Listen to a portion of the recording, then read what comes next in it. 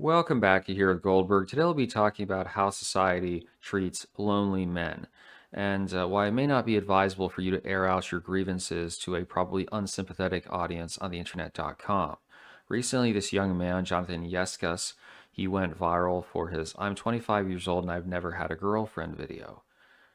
He's a little odd, he's different, but he's a product of society. And what you'll see with the responses, the typical social vanguardists looking for their pat on the hand, looking for their reward, looking for their upvotes, will try to pathologize him and say it's an individual issue that he has to get over. And it's not reflective of a larger catastrophe that has impacted many people's lives.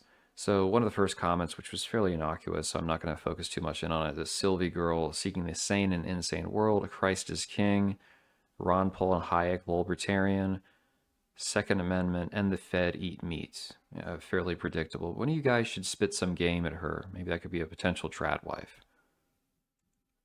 Then we have this lady who replies, and I don't know if she's lived in a church vacuum cleaner her entire life, but she's outraged that Jonathan, when he was talking to a girl back in the day, wasn't entirely truthful about himself. She's like, are you for real? Women lie to men all the time, whether it's the way that they look through filters, through the representation, clothing, padded bras. They might also lie to men who they don't really find interesting so they can pursue others. Men also lie to women, particularly if you're a kid like this, you don't have the best looks. You're probably prone to playing yourself up, embellishing a bit to impress the woman. There's nothing new under the sun here. And she's trying to hold him to these ridiculous moral standards because, well, we'll get into that in just a second. I'm going to scroll down here. Persian ambassador says incels typically exhibit narcissistic belief they are being victimized. In times past, these people would have been isolated and eventually learned to socialize. Now they are able to validate each other's feelings online. Does that follow logically? Isolate them and learn them a lesson on socialization? Isn't the whole concept like don't homeschool your kids because you want them to be socialized? But these children usually come out of the public school system, these inkwells. They're not emerging from some random void. It just goes to show you that they're trying desperately to distract away from this is a much larger social problem and just say no, no, no, it's you, it's you're at fault, that's a you problem. It's always the go-to because it washes their hands, or really it washes the mores of the civilization of the country right off, and you can say you deal with that. And the one, I also think a lot of men are on the spectrum undiagnosed, and if not socialized properly, will lead to the issues you mentioned above, i.e. inkwelldom. But how are they not being properly socialized? They're going to public school. They're hanging out with the same kids that are making these sorts of comments. So who is at fault? Is it the parents? Is it the technology? There always seems to be something that you could potentially indicate, but no, it's that individual that just has to get over themselves. Or perhaps the state has to intervene, but the state has been intervening through the education system and it's doing a horrendous job from what we can tell. Next up, you've got Rattlesnake Cuckboy. Look how soft he is. A man is not entitled to a girlfriend. A year in the gym and less whiny attitude will probably change his life. So tired of seeing men act like this. Yeah, there goes to the whole, if you have any problem, go to the gym. Even if many people that go to the gym have issues, like the bodybuilders that kill themselves. Yeah, we won't talk about that, of course. This is just this stereotypical boomer-esque or moomer nonsense. And the guy says, you don't really give off a sense of empathy. Well, it's tough love. Sometimes men need that. Some logical people say it might make you physically fit, but it doesn't solve all your problems.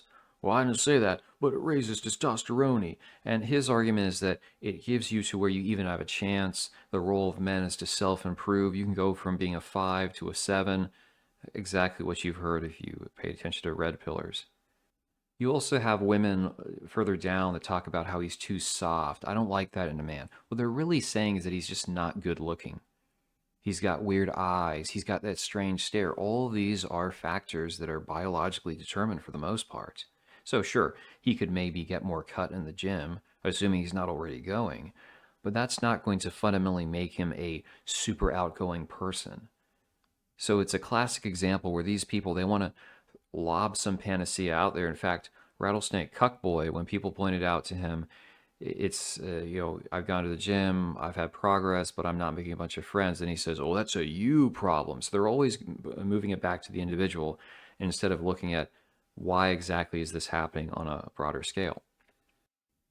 Here's his official page. Former suppository red pill man. Big fan of Richard Blooper, apparently. Father to a stud Marine.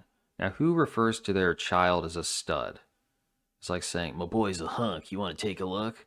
Kind of sus and degenerate. Someone better page Hormaxer to deal with it. What's this? A tasty trap marine stud? You dog Maxa? Want to flap your gums? I can't even go in that direction. But there's a lot of nonsense on this page about men and women coming together to save society. And what he doesn't want to accept is that the vast majority of women are the issue. A lot of these young guys would probably like to be married and not dealing with a hellscape that is dating, but they don't have that option.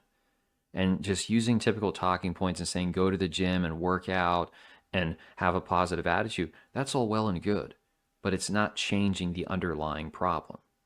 And of course, we have Aaron Lorenzo. So if you remember that old Art School Confidential movie with John Malkovich, he was on the phone, he said, F you, Lorenzo. And I kind of felt that way listening to this guy's response, which was the prototypical, you need to join a positive community and work progressively towards goals as men, all that nonsense that they spew without any real direction. He's one of those characters that I liken him to, the stage is set, everyone's ready to go, and he just starts waddling forward, and you're like, not yet, Baloo. But regardless, let's stop and consider Lorenzo here. He's a Christian husband, father of 6, retired U.S. Army, so you've got probably some kind of benefits, pension coming in, potentially both your standard retirement and then also disability tax-free. BA, MDiv, MSM, MSW. I don't know what MSM stands for. PhD educated. Oh, and you went to get married in Uganda. See, it's always this way. It's always sub 5 Caucasians, emphasis on cow here, where they act as though because they uprooted their entire life, took their resources, took their relative exoticism to the third world, that makes them, puts them in a position where they can talk down to young men of the West who have no resources and who have been sold this cart of goods about dating their entire life. And there's never any introspection.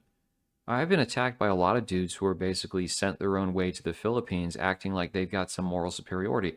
I promise you this, if I set up shop in a third world country down the road, I'm not going to make fun of people in the West. I think it's just, I might make fun of like the Karens, the land whales, but like to say you're insulting someone or trying to claim they just need to be themselves. In fact, I've met quite a few Gen Xers and boomers who went to the Philippines for a wife, had to do all that. Think of how much of a cope it is. You have to change locations entirely just to be able to keep a woman around.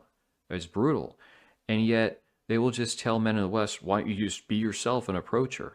Well, why did you have to go overseas and use your resources to persuade some desperate woman to get in bed with you? That's the real question that needs to be addressed. And keep in mind, when people like this turd in the punch bold cell talk about positivity or self-improvement, they don't actually care about the future and the welfare, the well-being of kids like Jonathan.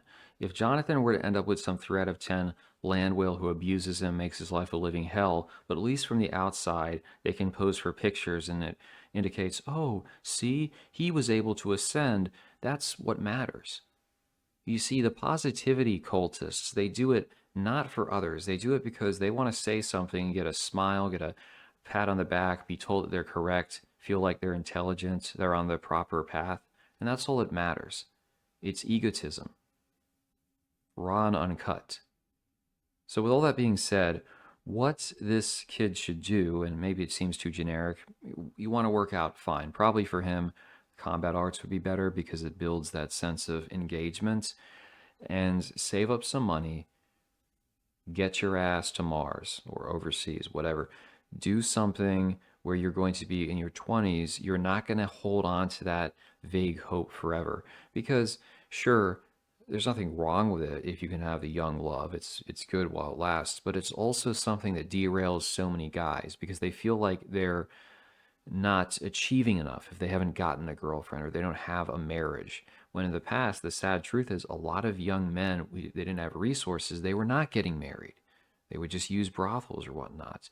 And whether that's good or bad, I'm not going to comment right now. It's simply worth noting that we have so many of these cases that are cropping up, and there is no desire to be serious about it. If you notice, all the responses go back to do more, strive for more, so that maybe some mediocre woman will give you a second glance when she's older. That's what it comes down to, unless you're going to be the dude who says get married overseas. But I think young men should at least get out of their system, travel, have some experiences. And then if you want to come back and find the true love, mopey dopey, lovey dovey, that's fantastic. But don't allow this browbeating to make you feel like you are inadequate and you have to keep doing XYZ, even though the results are likely to be minimal.